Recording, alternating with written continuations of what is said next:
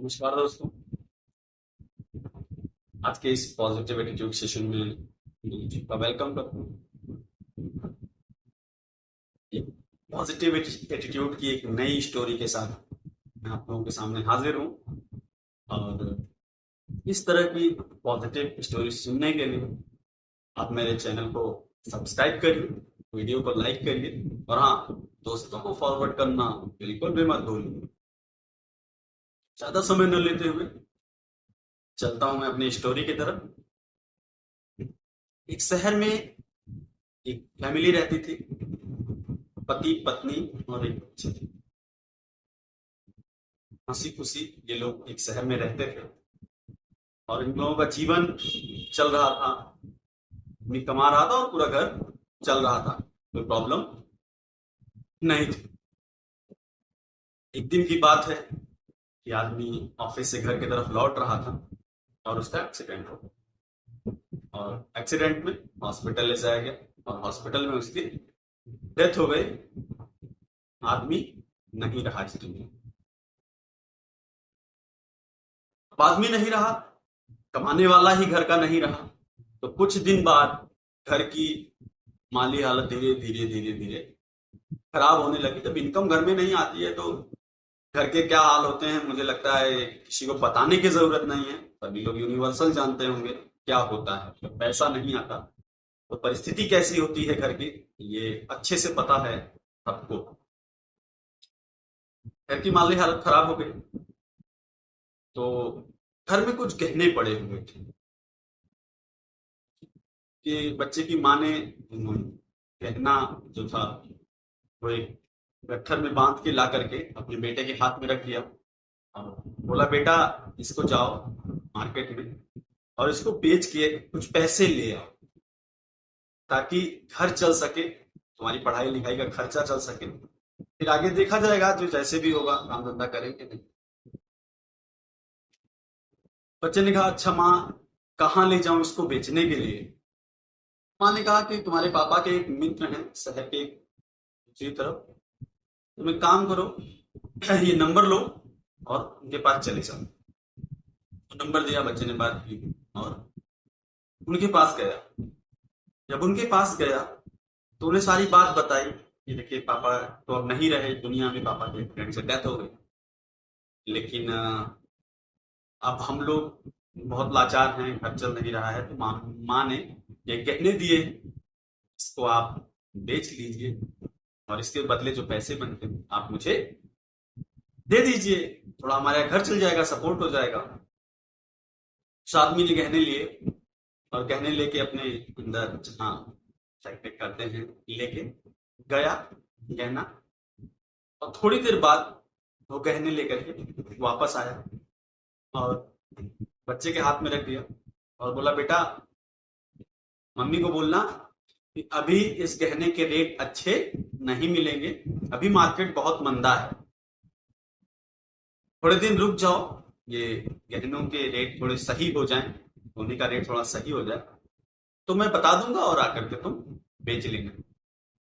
और जहां तक रही घर चलने की बात, पैसे की बात, तुम एक काम करना, पढ़ाई से जो भी तुम्हें टाइम मिलता है तो तुम मेरी दुकान पे आ जाया करो, जितना भी तुम्हें टाइम मिलेगा, 2 घंटा 3 घंटा यहाँ दुकान पे रहो, सब कुछ सीखो और उसके बदले में तुम्हें पे करूंगा तुम्हारे घर का खर्चा और तुम्हारी फीस चल जाएगी, कोई दिक्कत नहीं, इतना पैसा तुम्हें दे दूंगी।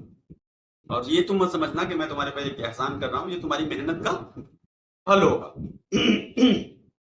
बच्चा बहुत खुश हुआ और गहने की पोटली लेकर के घर वापस आ गया और वैसे ही गहने माँ को दे दिए। माँ ने देखे तो गहने वही थे, तो उन्होंने गहना रख लिया और कहा, ठीक है कोई बात नहीं, कल से तुम दुकान पे जाना शुरू कर दो। तो मैं कहा ठीक। अब वो सिलसिला चालू हो गया, वो अपना स्कूल से आता, पढ़ता, पढ़ाई करता, जो भी स्कूल से आता, इसके बाद जो है दुकान पे चला जाता और सब कुछ सीखने लगा कि कैसे सोना बनता है, कैसे क्या बनता है, कैसे उसकी पहचान, तो सब कुछ ईच एंड एवरीथिंग।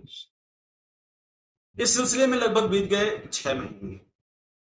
6 महीने के आसपास जब बीता और बच्चे को लगा कि हाँ, अब मैं समझने लगा हूँ, जानने जानने लगा हूँ, अब मैं काम अच्छे से कर सकता हूँ। तो एक दिन वो जो दोस्त था जिसकी दुकान पे वो काम करता था लड़का, वो आया और बोला कि बेटा, वो जो सोने की गट्ठर मम्मी ने दिए थे, जो गहने दिए थे मम्मी ने, वो कल ले आना, क्योंकि रेट इस समय अच्छे चल रहे हैं और उसको जो है रेट अच्छे मिल जाएंगे, सेल कर देते हैं, उसके बदले तुम्हें पैसे मिलता है। वो आया, बच्चा मम्मी को बताया, मम्मी ने उसको गहने दे दिए और वो ले जाने के लिए तैयार हुआ। तो उसके दिमाग में आया कि चलो एक बार मैं गट्ठर खोल के देख लेता हूँ ये कैसे हैं गहने, क्योंकि अब उसको तो जानकारी हो गई थी क्या अच्छा है क्या बुरा है सब। और उसने जैसे ही गट्ठर खोला और सोने को रगड़ के देखा, तो वो टोटल का टोटल नकली था। ये गहने सोने के नहीं थे। बच्चे का दिमाग सन्न हो गया। समझ ही नहीं आ रहा था क्या बोलूं और क्या कहूं। उसने अपनी माँ को बताया कि माँ ये गहने नकली है, असली गहने नहीं है। और उसके दिमाग में बहुत सारी बातें चलने लगी। अंकल को तो पहले ही पता लग गया होगा, फिर अंकल ने मुझे क्यों नहीं बताया कि ये गहने असली नहीं है, नकली है। तो गहने वो वहीं घर रख गया और दुकान गया। दुकान जा करके उसने अंकल से सारी बात पूछी कि आखिर आपने उस टाइम मुझे क्यों नहीं बताया कि वो गहने असली नहीं नकली है। तो उस आदमी ने बोला, बेटा, जब परिस्थितियां विपरीत होती हैं तो उस समय समझ में नहीं आता कौन अपना है और कौन पराया है।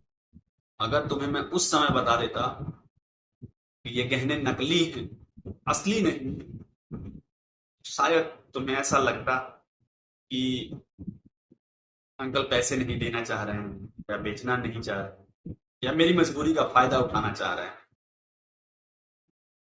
लेकिन जब तुम्हें खुद पता लग गया, तुम खुद समझ गए, तो तुम्हें मेरे लिए कोई नेगेटिविटी मेरे मन में, मेरे हृदय, तुम्हारे मन में या तुम्हारे हृदय में कोई ऐसी नेगेटिविटी मेरे लिए नहीं है। इसलिए मैंने तुम्हें उस समय नहीं बताया कि ये कहने असली नहीं और नकली नहीं।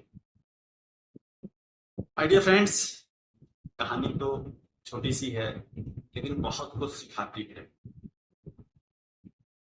हम बिना सोचे समझे किसी को कुछ भी कह देते हैं, बोल देते हैं। हम उसकी परिस्थितियां नहीं समझते, लेकिन अगर परिस्थिति समझ के हम किसी से बात करें या किसी को बोलें, किसी को समझें, तो हमेशा रिश्तों में सुधार होती है।